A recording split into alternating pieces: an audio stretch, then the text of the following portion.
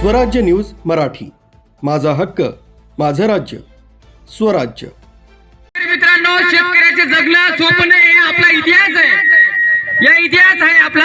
आज जरी कोणीतरी साहेब असतील एसी कार्यालयात बसून नोकरीच करत असतील, पण काळ्या मातीची सेवा करणं ही सोपी गोष्ट नाही आणि हे फक्त शेतकरी जाणू शकतो। शेतकऱ्याची वीज वितरण कंपनीच्या अनियमित कारभाराविरोधात संतप्त झालेल्या शेतकऱ्यांनी आज मालेगाव गुजरात महामार्ग अडवून मोठं आंदोलन छेडलंय।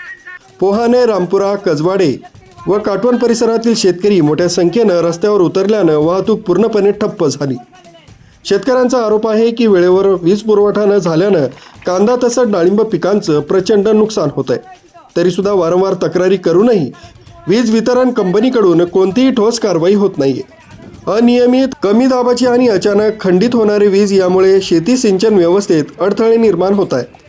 आंदोलक शेतकऱ्यांनी वीज वितरण कंपनीचा कारभार चव्हाट्यावर आणत नियमित आणि निश्चित वेळापत्रकानुसार वीज पुरवठा करण्याची, बिघडलेले ट्रान्सफॉर्मर्स तातडीनं दुरुस्त करण्याची, दोषी अधिकाऱ्यांवर कारवाई करण्याची मागणी केली आहे। यासोबतच शेतकऱ्यांनी सोलर प्रोजेक्टमार्फत सातत्यपूर्ण आणि विश्वासार्ह वीज पुरवठ्याची मागणी जोरदारपणे पुढे केली।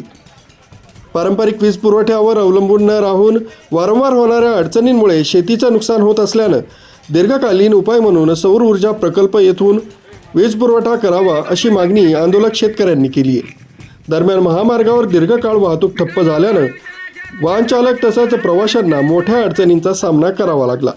पोलिसांनी घटनास्थळी दाखल होऊन परिस्थिती नियंत्रणात आणण्याचे प्रयत्न सुरू केले।